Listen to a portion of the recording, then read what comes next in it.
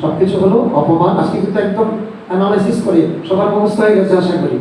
অপমান, অপবাদ, অসহযোগ, অবিশ্বাস, ধোঁকা, নিন্দা, বিরোধ। এখন বিরোধের বিশ্লেষণ। আমি কিছু বলবো, সবাই স্বীকার করে নেবে, তা কখন কি হয়? আমি যেটা বললাম, আরে মেলাঘর প্রজাপিতা ব্রহ্মকুমারী সেন্টার রয়েছে, ভগবান আসছে এখানে, আপনার অবিশ্বাস সকালে মেনে নেবে? মানবে। বাবা বলে কুটির মধ্যে কেউ, তার মধ্যে কেউ। আজকে 25 বছরে আমাদের ফসল এতটুকু, অনেকে আসেনি, অনেকে লেস ইম্পর্টেন্ট বলে মনে করেছে। আর এখানে কি ভাগ্যিক আসলে তার থেকে বড় অন্যদিকে আমি এনগেজমেন্ট হয়ে যায়। তো অফিসে কাউকে বলেন, দোকানের কাস্টমারকে বলেন, সমালোচনা হবে। কদম ওঠাতে গেলেই মানুষ পিছনের দিকে টানবে, কাঁকড়ার মতো, ইন্ডিয়ান কাঁকড়া। সকলে শুনেছেন, অনেকবার শুনেছেন।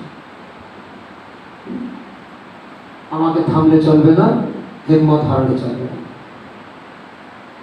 আর যদি এমন 7টা ক্ষত আমাদের থেকে থাকে, যে অপমান, অপবাদ, অসহযোগ, অবিশ্বাস, ধোঁকা, নিন্দা, বিরোধ,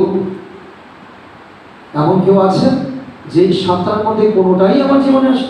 হাত তুলুন। 7টার মধ্যে কোনোটাই নাই? সবটি আছে। যদি বলছে সবগুলো আছে। এবার দেখুন বাবা কত মার্সিফুল।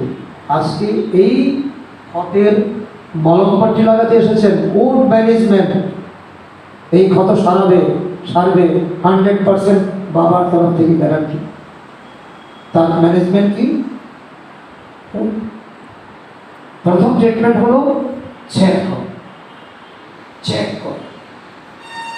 এর শুরুটা কোথা থেকে? দ্রাবক যুগ থেকে। ক্লিন করো, আত্মাকে ক্ষমা করো।